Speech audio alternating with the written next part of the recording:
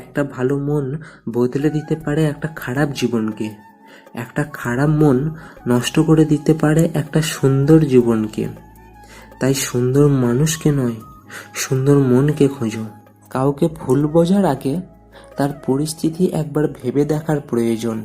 মৃত্যুর অনেক পথ আছে, কিন্তু জন্ম নেওয়ার জন্য শুধু মা আছে।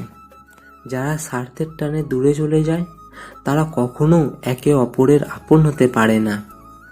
যার বাবা নেই তার কোনো আবদারও নেই। সাইকোলজি বলে, নাম্বার 1, যদি কোনো মানুষ খুব সামান্য ব্যাপারে কেঁদে ফেলে তাহলে সে খুব নরম মনের মানুষ। নাম্বার 2, যদি কোনো ব্যক্তি খাওয়ার সময় সভ্যভাবে না খায় তাহলে সে খুব চিন্তিত। নাম্বার 3, যদি কোনো ব্যক্তি খুব সামান্য বিষয়ে ঘন ঘন রেগে যায় তাহলে বুঝতে হবে তার জীবনে ভালোবাসার মানুষের প্রয়োজন। কেউ যদি তোমার সাথে কথা বলা বন্ধ করে দেয় তাহলে বুঝে নিও তার কাছে তোমার গুরুত্ব কমে গেছে। সফলতা পাওয়ার পর যারা অহংকারী হয়ে যায় তাদের সফলতা বেশি দিন থাকে না। কেউ চেয়েও পায় না, আর কেউ পেয়েও তার গুরুত্ব বোঝে না। অপমানিত স্থানে কখনো দ্বিতীয়বার ফিরবেন না। যোগাযোগের তৃষ্ণায় মারা যাবেন, তবুও যোগাযোগ করবেন না। কিসের এত অহংকার? আজ যাকে ঠকিয়ে তুমি হাসছো, কাল অন্যের কাছে ঠকে তুমি নিজেই কাঁদবে। অপেক্ষাটা শুধু সময়ের।